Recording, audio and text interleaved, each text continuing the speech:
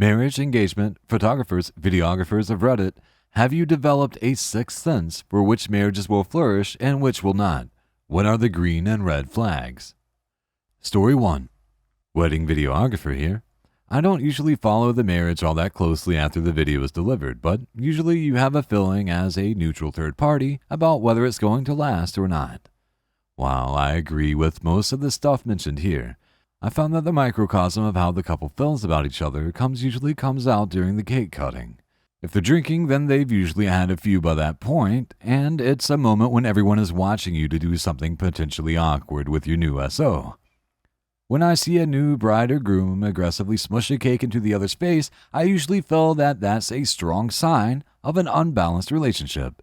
Sometimes they're both having fun with it, and you can tell it's cool, but most of the time you can tell that the person with cake on their face is either shocked or angry about it.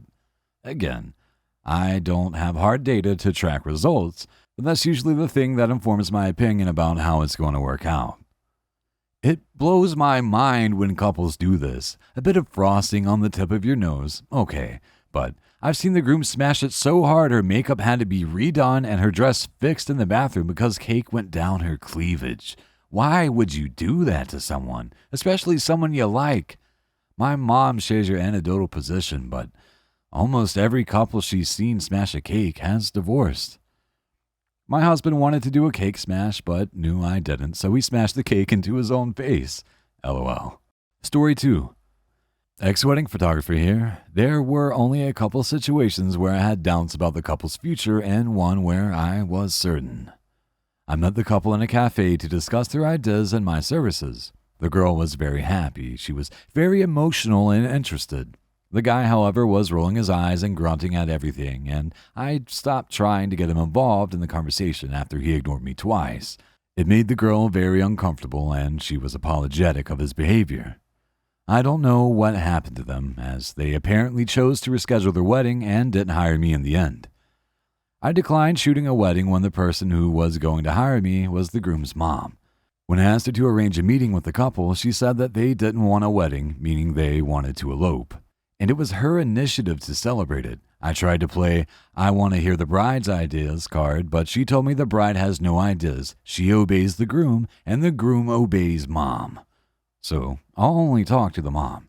So I declined. I hope the girl is fine. No one deserves a controlling mother-in-law. Finally, I was a guest and a photographer at my friend's wedding.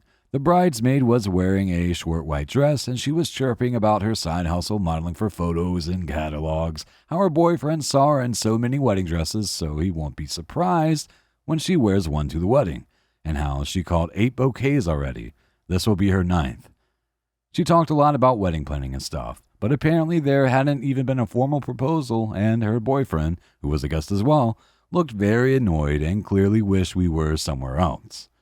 Anyway, the bridesmaid started bugging me for photos of her and her boyfriend a week after the wedding. I told her several times that when I started editing the photos, I will do hers first, and by the time I sent her the photos, they were already broken up. She started dating someone else a month later and got married the next year. Looks like she cared more about the idea of marriage. The man is just a placeholder for a fantasy. Big red flag. Story 3. Cake artist here. I had a couple come in for a tasting. Appointment was for 7 p.m., but he was late. First half hour was just her. She told me they met at a stable where they both kept their horses. Those horses were going to be featured at the wedding as the bride and groom would ride them to the site, a beautiful farm venue. She described in detail her self-designed medieval gown, flower wreath in her hair, embroidered shoes like some from a museum. Sounded lovely. She wanted a cake like a castle, which was a specialty of mine. The whole wedding would be over the top, but not in a cringy way. Then he arrives. Barely says hi to her, sits down and starts telling me all about his wedding. He'll ride in dressed as a riverboat gambler with a frock coat, brocade vest, string tie, big hat, gold pocket watch, and sterling silver spurs. He's fine with the castle cake, but wants to incorporate the watch and a pair of mother-of-pearl handled pistols. Picture given. I had already decided that I was not going to work with them. No way could I come up with a cake that would work for them. But they were there, so I brought out the samples. For the next hour, they carried on 2 entirely separate monologues. They didn't address each other, or me, and they didn't listen to each other, or me. I made no attempt to book them that night, and when they called later in the week, I told them that their date had been taken. They were living in two incompatible and entirely self-contained fantasies. I doubt they even made it to the wedding day. This is so interesting. I'd love to see what these people are like day to day. I'm envisioning a ceremony that is split right down the middle of the aisle, half beautiful and ethereal, half rowdy and gunslingery. It's amazing. You sound judgmental. My dad was a riverboat medieval gambling king, and I take serious offense. Story 4. Ex-wedding photographer. Typically, I saw red flags when the bride or groom is super quiet. I mean, silent and just watching. One instance was a groom who barely said 10 words to anyone during the ceremony or reception afterwards. The bride and her mother were extremely loud and excited the entire time. The bride needed everything to be perfect. I dropped off the photo bundle with them 2 weeks later and he was still quiet. She, however, complained about all the pictures because the groom wasn't smiling enough. She wanted a discount because I couldn't make him look happy enough. They got divorced about a year later. I know because I did his engagement photos with his new fiancée about 4 years after his first wedding. His engagement photos showed him much happier. Edit. I stopped doing weddings, but I do some portraits and mostly commercial and product work. He called me for a wedding quote, but I had stopped doing them at that point. I still do portraits, so I offered to do engagement photos for him that he was happy with. Well, at least he liked your work enough to hire you a second time despite him being miserable the first time, so you must be a damn good photographer. Who do you like for the photographer, honey? Well, the only aspect of my previous marriage that didn't make me feel like I was dying was the photographer who didn't force me to smile like a monkey. Her. Story 5. Photographer here. You can tell somewhat based on how the couple treats each other on the wedding day. If they are respectful towards one another, and towards me, during a day full of stress, then I think that's a good indicator of being able to deal with other problems that might arise during a marriage. Best advice I got about marriage was from my psychology professor. He told us never to marry someone until you've seen how they react when something goes wrong. I think for some couples that may unfortunately turn out to be the day of the wedding. You never really know someone until you put them in front of a slow computer. Oh, God.